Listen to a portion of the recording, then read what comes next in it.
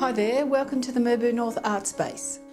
We've just been through another severe bushfire season in Victoria, and there are many emotions felt by people living in bushfire affected communities. While not surprisingly, many may feel negative about their circumstances, it is possible to find hope and encouragement in the aftermath of these situations.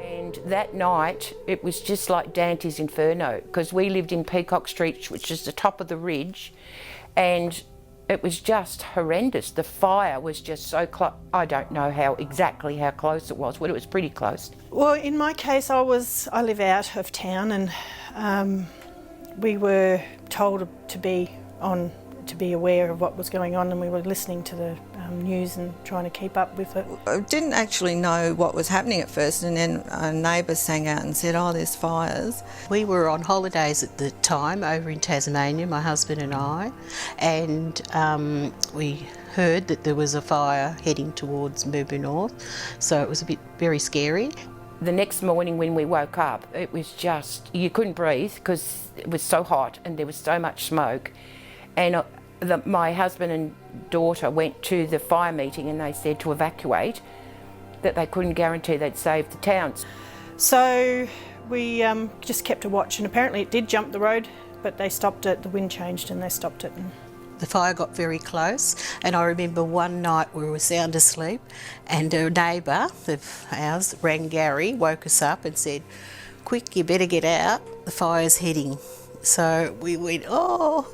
So it was a bit scary, not knowing exactly what was happening.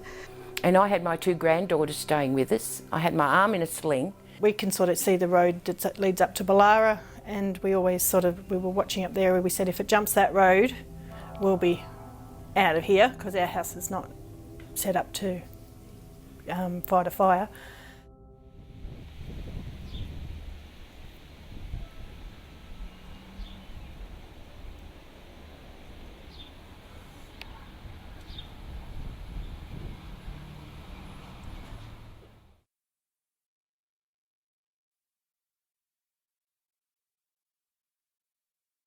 Yeah, the smell of the smoke was pretty horrible. I work up here in the town at the butcher shop, and we had to, we didn't have to, but people would come in and they would want to talk about it. So, and that's always good, you know, like if they want to sort of get it off their chests. One of the ladies who was a facilitator from, I think she was a government facilitator, asked us if we would like to form a group of ladies who were affected by the fires from this whole region. To get together to talk and just sew and have some laughs and forget about our sort of problems at the time. And we've just been going really strong and getting bigger and better and learning more. Now, the group consists of anyone who wants to do anything. They can talk, they can sit and have a cup of tea, they can knit, they can do paper crafts, they can do quilting, hand sewing. We have ladies who even do dressmaking. So whatever they wanted to do, it was for them to express themselves and to join a group that would help them recover from all the traumas, because it was very traumatic for a lot of people, and some of these women stayed and helped their husbands defend. Just sort of gives you something to look forward to, rather than sitting around looking at, you know, if you had to look at things that weren't nice because they were being burnt or whatever, you just got to look at, go and see some friends and make some things and just try and forget about it. They're a nice lot of ladies, and we get together. We don't ever talk about the fires anymore, but it's in the back of everybody's mind, I suppose. But yeah, it's just a lovely friendship group that's come out of it. Probably a lifelong friendships will be formed here. Yeah. They had lingering memories that weren't, good. So when they got together, they could actually talk about their experiences. And as women are good at doing that, it actually helps them recover much better. To support each other in not just the fires, in other things of their lives that go wrong, or joy, or happiness. We all Trauma, and just all get together. It's not all about sadness all the time. It's sharing the good times, and we have more good times now than that. So it's good. I think this group, this sewing group, I've met people that I would never have met and made lifelong friends through it. The friends in this group are there for each other. Sometimes we might not even do much sewing, but we'll sit and chat, and it's a safe place to be able to do that. I think that's really important. We jump in when someone needs a hand. We don't actually phone, we just do things. You're around. Yeah. If you need something or you need to talk to someone, you can go to any one of those girls. They know, you know them, you go away for weekends together. And just watching other women do these beautiful works, it really does inspire you, but whether you do a good job as they do is another thing. But it's really good. But I think that what makes you smile and happy is when you see everyone getting together and you can hear them talking, and even though they were traumatised, they were helping each other, and someone would tell a joke and they'd all have a laugh, and you think, well, that feels much better. That's much better. What else can we do?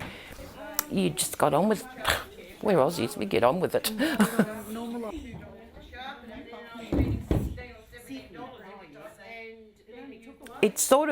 I think it's a very important part for everybody, and including the ladies who weren't directly affected by the fire, but the consciousness about those fires are like the people at Leongatha were thinking, well, they're going to come this far, and we've got a varied group. They come from Ballara, Mirboo North and surrounds predominantly, and Leongatha. So the ladies from Ballara, they really had a bad time too. Oh, look, some of the people in this group are amazing, and I've learnt so much from some of them. Whilst, you have your basic skills and you might have learnt somewhere else, there's some really talented ladies in this group.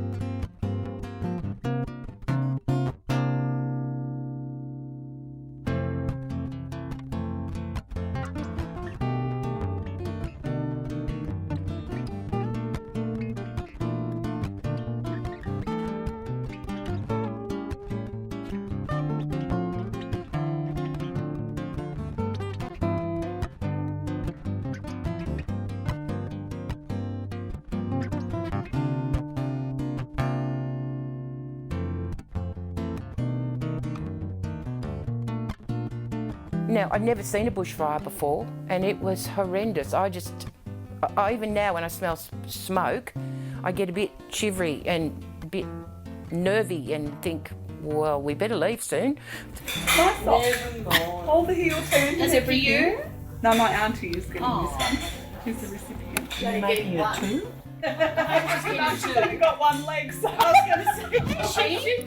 No.